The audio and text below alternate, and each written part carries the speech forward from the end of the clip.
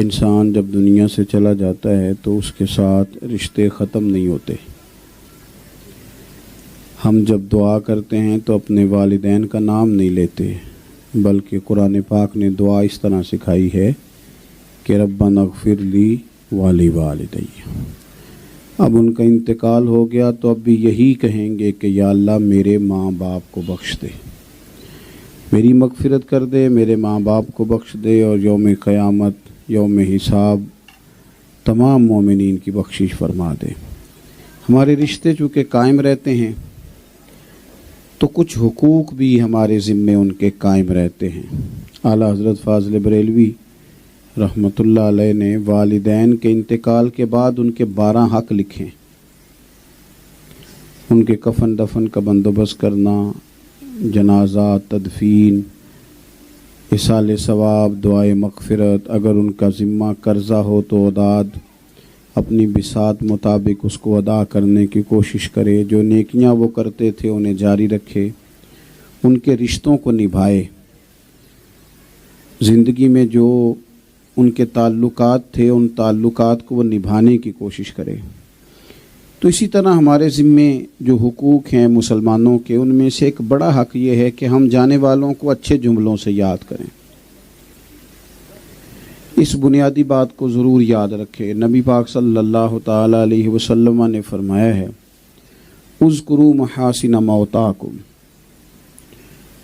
جو لوگ تم میں سے چلے جائیں ان کے محاسن کا بیان کرو، ان کی اچھائیوں کا ذکر کرو، اچھی چیزیں جو ان کے اندر پائی جاتی تھیں صرف اسی کا بیان کرو۔ کیوں؟ اس لیے کہ مومن زمین پر اللہ کے گواہ ہیں۔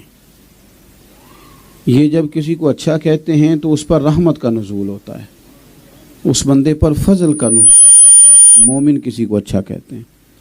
تو ایک تو ایسا نہیں ہے کہ جو لوگ دنیا سے گئے ان کے اندر کوئی کمزوری نہیں تھی، ہم انسان ہیں، سب کے اندر کمزوریاں ہوتی ہیں، غلطیاں ہوتی ہیں، سستیاں ہوتی ہیں، لیکن ہمیں یہ حکم دیا گیا کہ جب کوئی رخصت ہو جائے تو صرف اس کی خوبیوں کا بیان کرنا ہے، پھر اس کی خامیاں ڈسکس نہیں کرنی۔ کوئی ایسی بات نہ چھیڑیں جو بات اس طرح کی ہو جس میں کسی کی کمزوری کا پہلو نمایاں ہوتا ہو۔ دوسری بات یہ کہ ان کے لیے مناسب ایصال ثواب کریں،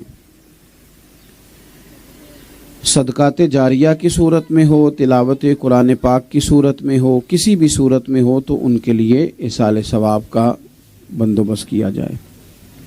ترمذی شریف میں حدیث ہے،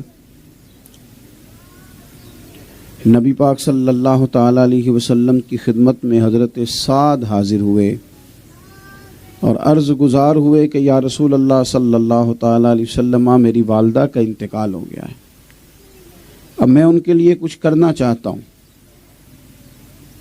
تو حضور سید عالم علیہ السلام نے فرمایا کہ مدینے میں میٹھے پانی کا کنواں کھدوا دے، اللہ تبارک و تعالیٰ تیری والدہ کے لیے صدقہ جاریہ کر دے گا۔ انہوں نے کنواں کھدوایا، بیر ام سعد کے نام سے وہ کنواں مشہور بھی ہوا۔ تو اگر ہم اپنے جانے والوں کی طرف سے کوئی پانی کا آج کل بہت ساری جگہوں پہ ضرورت ہے، گہرے بور کرائے جائیں، یہ جو مسائل ہیں ہیپاٹائٹس وغیرہ کے، یہ پانی صاف نہ ہونے کی وجہ سے پیدا ہوتے ہیں۔ تو اگر کچھ ایسے رفائی کام کیے جائیں، فلاحی کام کیے جائیں اپنے جانے والوں کے لیے، تو یہ اس حدیث کی روشنی میں ہماری توجہ دلائی گئی ہے کہ کچھ خیر، رستہ کشادہ کرنا بھی ایک خیر ہے۔ رستہ کھلا کر دینا، لوگ آسانی سے آ جائیں، آسانی سے، یعنی ہمارے ہاں لوگوں نے نا بہت سارے علاقوں میں میں نے دیکھا ہے کہ مخصوص چیزوں کو ایصال ثواب سمجھ لیا ہے۔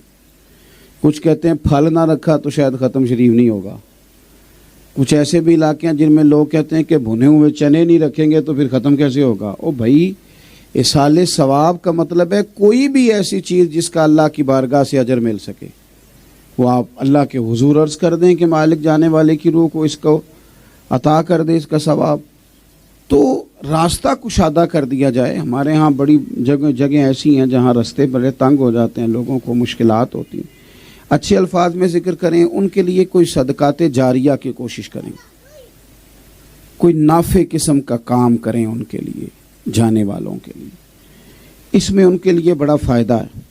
تیسری گزارش یہ کہ دعائے مغفرت، ہمارے ہاں دعائیں ہوتی ہیں جانے والوں کے لیے. کام دو قسم کے ہوتے ہیں. بس میں بات ختم کرنے لگا ہوں جی، آپ غور کریں. کام دو قسم کے ہوتے ہیں. ایک بندہ مجبوراً کرتا ہے، کام وہ بھی ہو ہی جاتا ہے، ہو جاتا ہے. یعنی ابا نے کہا کہ چلو میرے ساتھ، تو بیٹے نے کہا ابا جی میرا آرام کا ٹائم تھا، میں ابھی آیا تھا. اب ابا جی نے کہہ دیا، وہ مجبور تو بڑا ہے، اٹھ کے چلا تو گیا، ہو گیا کام، لیکن اس کا مزہ لطف نہیں آیا. لیکن والد صاحب نے کہا پتر جانا ہے. اس نے کہا ابا جی آپ جھجک جھجک کے کیوں کہتے ہیں، آپ حکم کیا کریں. کوئی حرج نہیں، آج میں 1 گھنٹہ کم سو لوں گا، کیا ہو جائے گا. تو شوق سے گیا. تو کام ہمارے ایک بزرگ تھے تو وہ کہا کرتے تھے او پتر لولے لنگڑے کام نہیں کرنے چاہیے، کام صحیح صحت مند کرنا چاہیے. جسے کریں اسے صحیح کر کے کریں. ایک کر لیں زندگی میں. کچھ تو ہمارا یہ مسئلہ ہے کہ ہم سارے کام کرنا چاہتے ہیں. کچھ لوگوں سے ملاقات ہوتی ہے تو وہ سیاستدان بھی ہوتے ہیں، وہ عالم فاضل بھی ہوتے ہیں، وہ رفائی بھی ہوتے ہیں، وہ قبیلے کے یعنی اتنی ساری خوبیاں تو بندہ لے کے چل ہی نہیں سکتا. بندے نے بندہ ہی رہنا ہے. ایک کر لیں صحیح کر کے کریں. اسی طرح جب دعائے مغفرت کریں نا کسی کے لیے تو رسمن نہ کریں. دعا منگو جی، دعا منگو جی. کئی دفعہ پوچھنے کو دل کرتا ہے کیا مانگا ہے آپ نے، کیا مانگا ہے. آپ مختصر سی دعا کریں کسی کے لیے، مختصر سی، پر جو کریں وہ ذرا دل سے کریں.